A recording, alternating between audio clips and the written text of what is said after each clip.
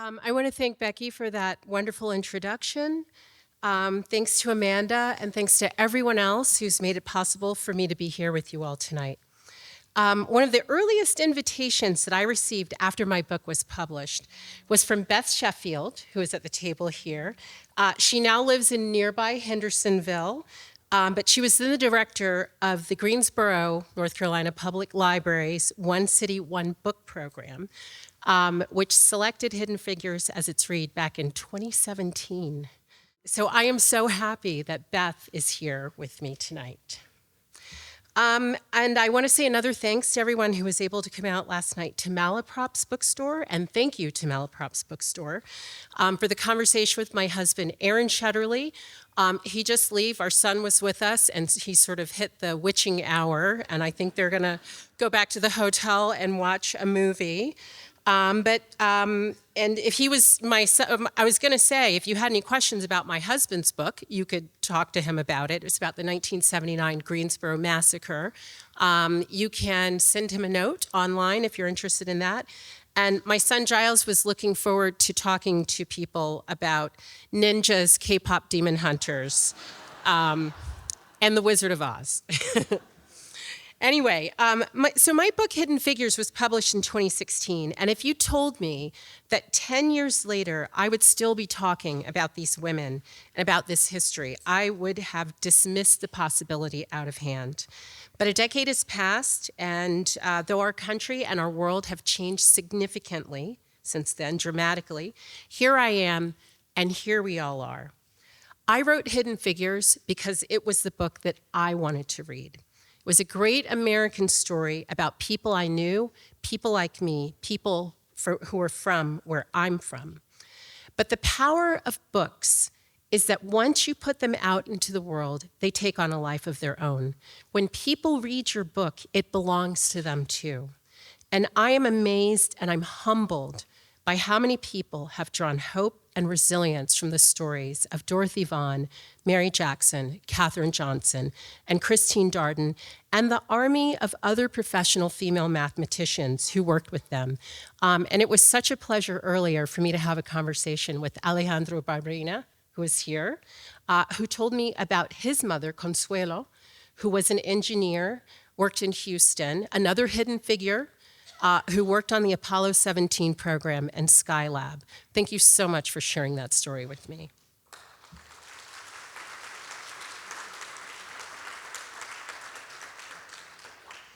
Now, women of color have certainly felt the pull of this story, as have just women in general who are working in the sciences and technology, and scientists and technologists in general. This is a story about math. It's a story about science.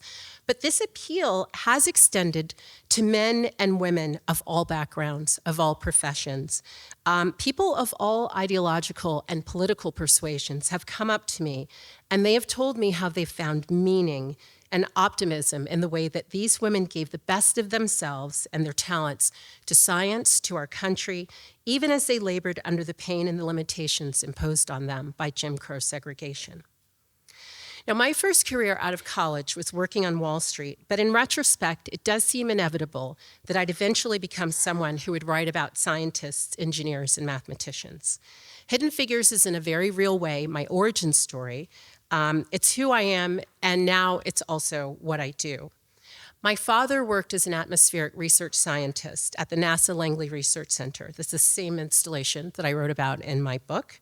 Originally, it was called the Langley Memorial Aeronautical Laboratory, and he pushed me to take the highest level math and science classes that my school offered.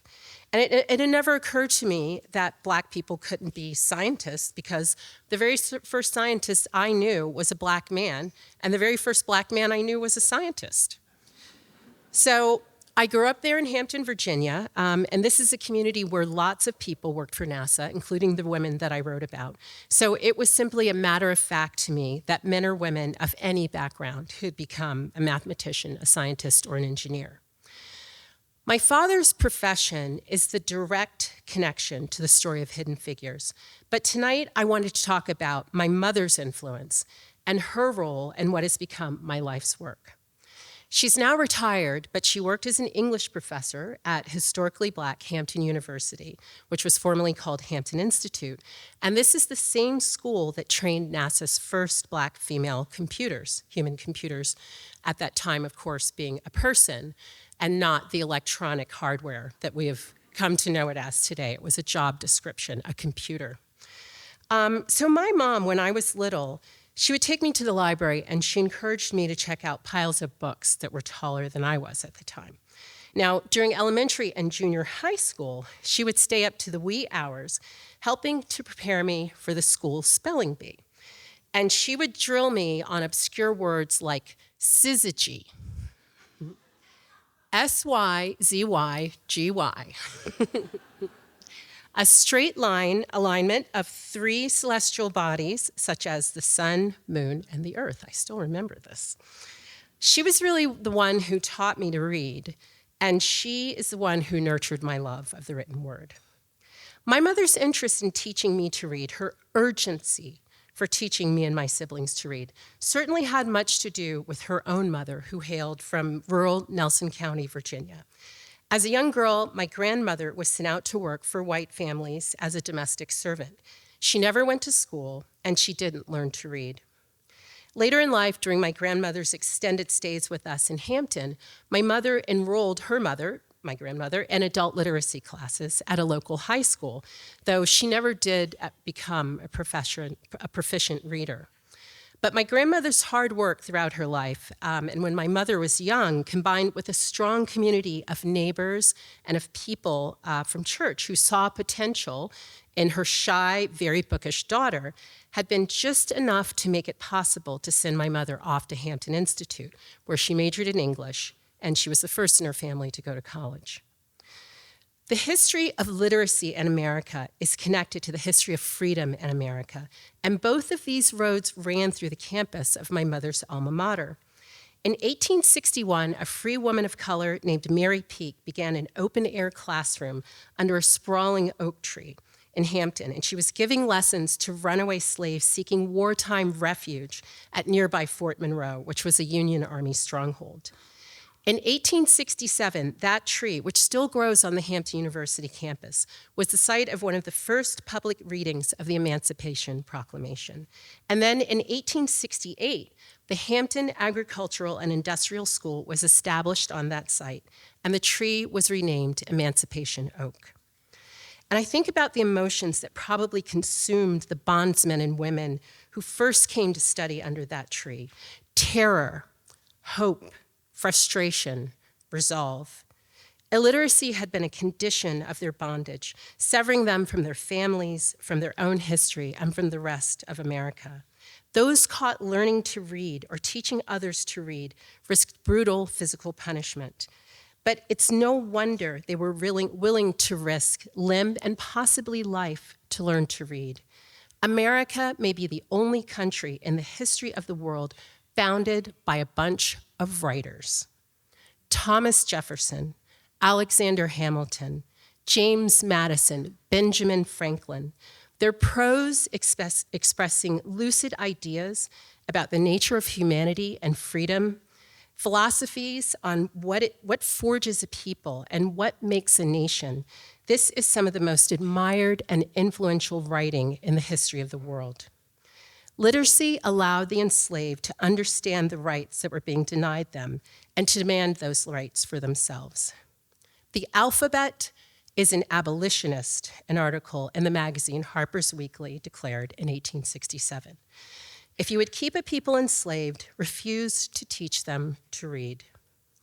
Seizing literacy then prepared the freedmen for the challenges facing them as contingent citizens of a still young nation, a nation bound together not by centuries of tradition, but by the promises contained in written documents.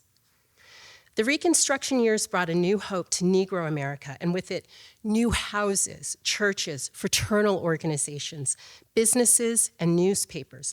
And most of all, the hunger for education produced new schools and colleges, from grade schools and high schools, such as the Allen School here in Asheville, which graduated Christine Darden, if you've read my book. She's not in the movie, but she's the 4th woman profiled in my book. She attended school here in Asheville. It was a school for Black girls at the time. She graduated the class of 1958 valedictorian, and that is the building where Literacy Together is currently housed.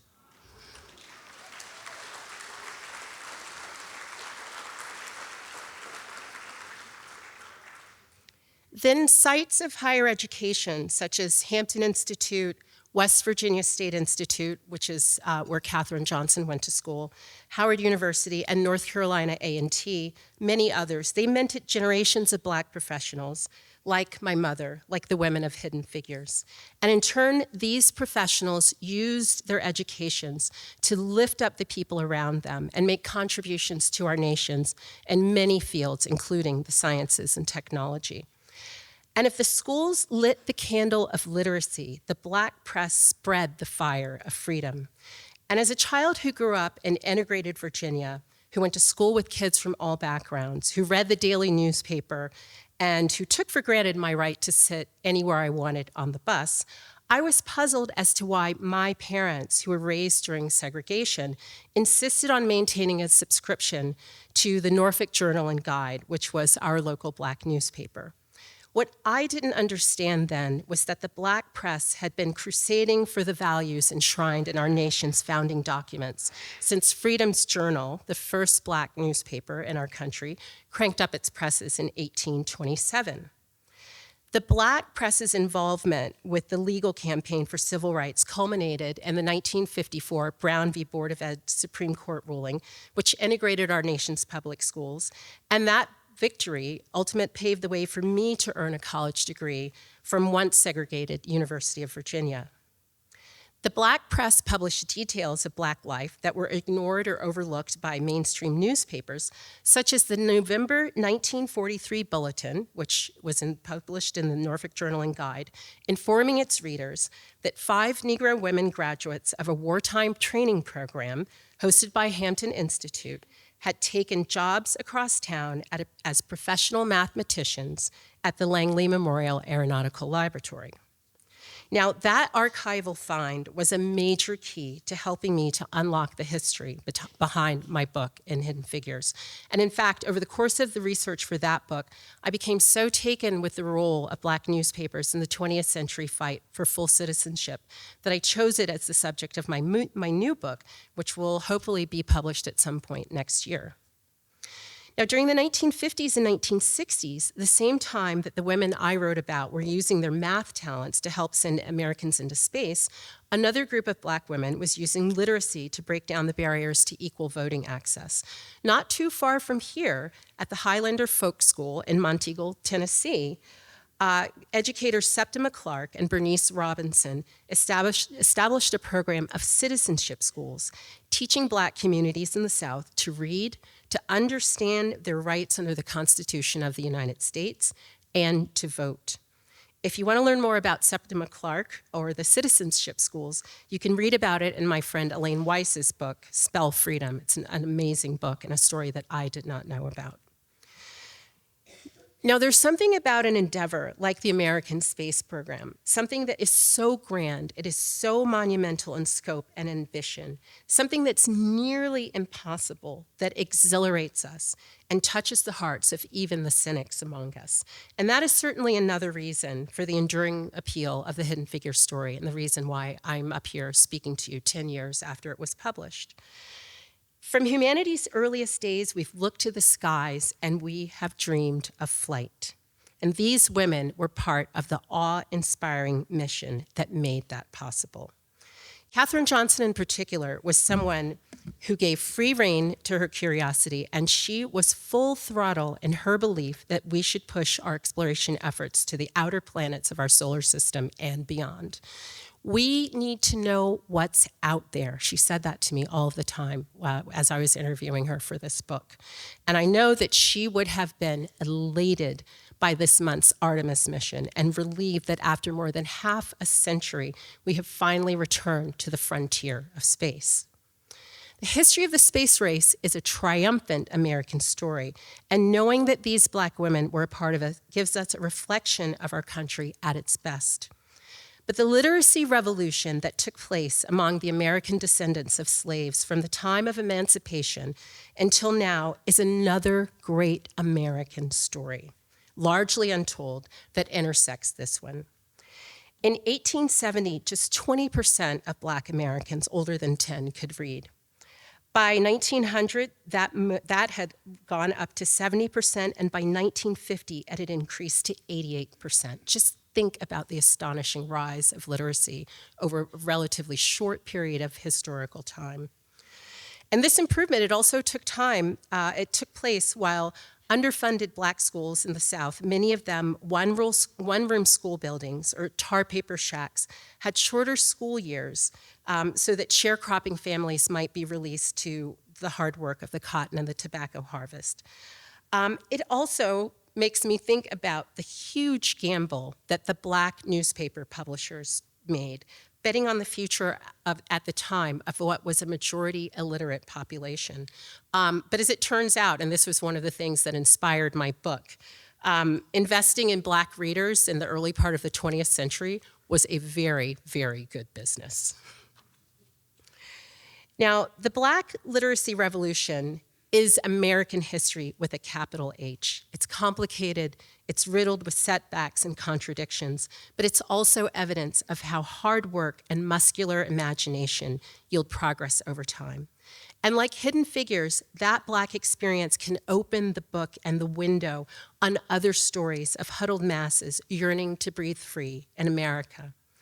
Like 20th century Jewish immigrants fleeing the violence of European pogroms and starting over in the teeming blocks of Baltimore, of white subsistence farmers in the Appalachian Hills like Dolly Parton, and I didn't know the story about her father, or in the Oklahoma Panhandle, hoping for a better day during the hard times of the 1930s, or of modern day immigrants from Mexico and other Latin American countries, cleaning houses like my grandmother did, praying that they might find the way to send a shy, bookish daughter or son off to college. So many of those Americans, like the slaves gathered under the shade of the Emancipation Oak, were determined to use the key of education to unlock the blessings of democracy for themselves and also for their descendants. But like democracy, literacy is hard-won, and it's also easily surrendered. I've been very disheartened by recent declines of reading proficiency scores among American students, and also by how substantial this retreat has been among the most economically disadvantaged students.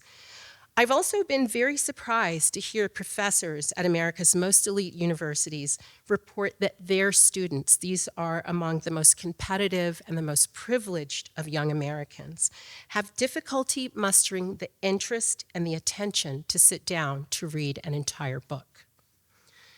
They're distracted from the beauty and the precision of words by the sound and fury of social media, and they're lured by the prospect of letting AI do the heavy lifting of close reading and deep analysis. I'm on the board of the Authors Guild Foundation, which is basically a trade and advocacy organization for writers, and one of our recent discussions had to do with establishing guidelines for the use of AI in writing and what can technically and ethically be considered human-authored. Now, as someone who loves words and who now makes her living from words, I find myself in the position of the women of Hidden Figures, who had to grapple with how to maintain their livelihoods as mathematicians when electronic computers and technology began to encroach upon the computing work that they had previously done by hand. But there is something existential at stake when we decide to outsource to machines, not just calculations, but reading, writing, and critical reasoning. The rise in literacy in our country was a key component in the fight of statesman Frederick Douglass to secure for all Americans the Enlightenment values that were put forth by our country's founders. And Douglass actually wrote 3 autobiographies. 2 of them were bestsellers, talking about his journey from slavery to freedom. And his words and his speeches helped the abolition movement turn the tide against slavery. Reading is also an exercise in empathy.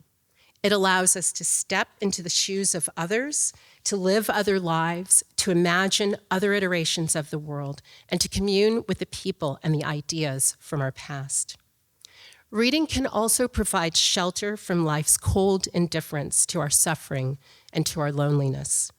Let's stop for a moment and consider the stories that we love best, the ones that we turn to when we're trying to make sense of the world, the one that we read under the covers with a flashlight when we're down and out and have nowhere else to turn. They're not the stories that have a simple beginning, middle, and end. We love those stories best, not because they're easy, but because they are hard. They're the ones in which every heroine, every hero is also flawed, and every villain is also vulnerable.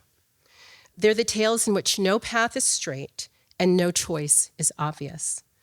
The stories that stay with us long after we read the last sentence on the final page are the ones in which the protagonists are beset by failures, by betrayals, by dead ends, and worst of all, by self-doubt.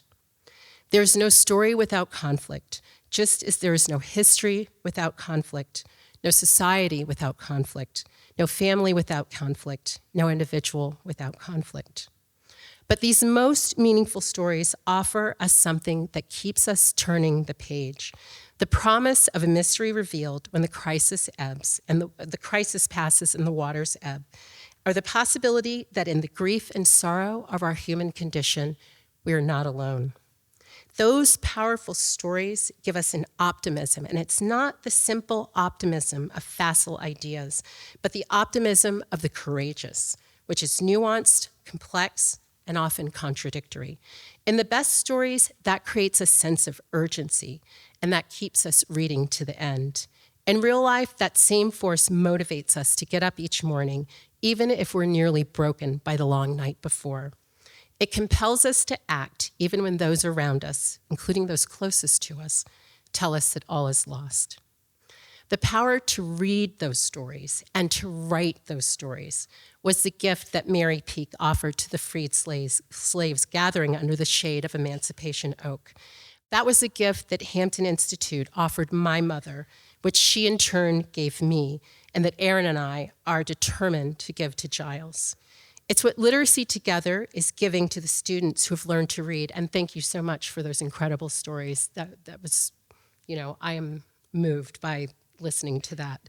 But it's the gift that you are in turn returning to us, because a country whose citizens are literate, or who are educated, is a country that is stronger, more productive, and that is richer in every sense of the word.